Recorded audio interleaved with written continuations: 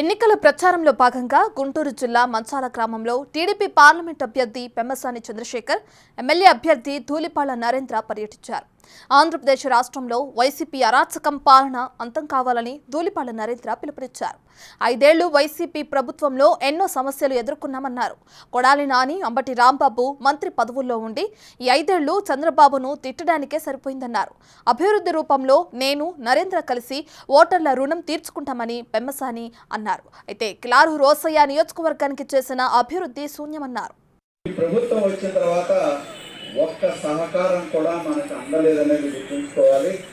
కాబట్టి నేను అందరినీ కూడా కోరేది ఒకటే, మన రైతులు పొలాలకు వెళ్ళే డొంకలు కావచ్చు, రైతులకు అవసరమైన పంటని నిల్వ చేసుకోవడం కానీ, అమ్ముకోవడానికి కావాల్సిన సౌకర్యాలు కానీ, లేదా పంట వేసుకోవడానికి విత్తనం దగ్గర నుంచి ఇచ్చే ప్రోత్సాహకాలు కానీ, రేపు మన ప్రభుత్వం వచ్చిన తర్వాత ప్రత్యేకించి హార్టికల్చర్ క్రాప్స్ని ప్రోత్సహించే విధంగా ఎన్నో కార్యక్రమాలకి ఉమ్మడడానికి శ్రీకారం చుట్టడం జరిగింది.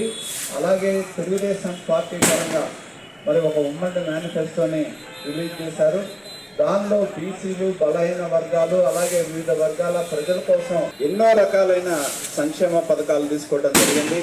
కాబట్టి దయచేసి అందరూ కూడా విజ్ఞప్తి చేస్తామన్నా, ప్రతి ఒక్కరూ కూడా మీ వంతు సహకారం ఇవ్వండి, సహాయ సహకారాలు అందించండి. ఒక్కొక్కళ్ళకి 2 ఓట్లు ఉంటాయి, ఎంపీ ఓటు, ఎమ్మెల్యే ఓటు.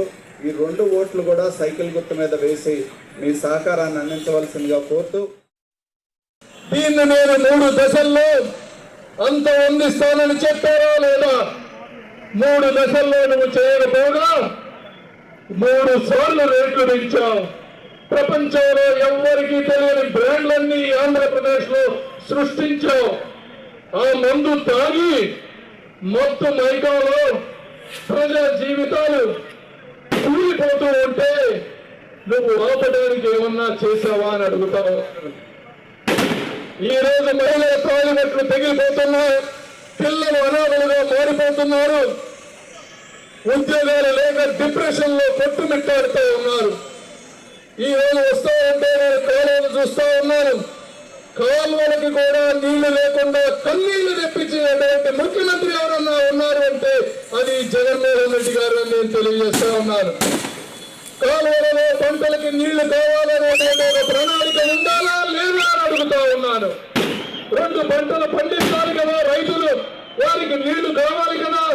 అసలు పండితేనే గిట్టుబాటు ధరలు లేక కల్తీ విత్తనాలతోటి, కల్తీ ఎరువులతోటి వారి జీవితాలు ముందుకు సాగకపోతూ ఉంటే, నీలాంటి అసమర్థ పాలనతో మళ్ళీ నీళ్లు కూడా లేకుండా 30-40 క్వింటాలు పండాల్సిన పంటని 10-20 క్వింటాలకు పండిస్తే వాళ్ళు ఏ విధంగా ముందుకు వెళ్ళాలి అని నేను మీ అందరినీ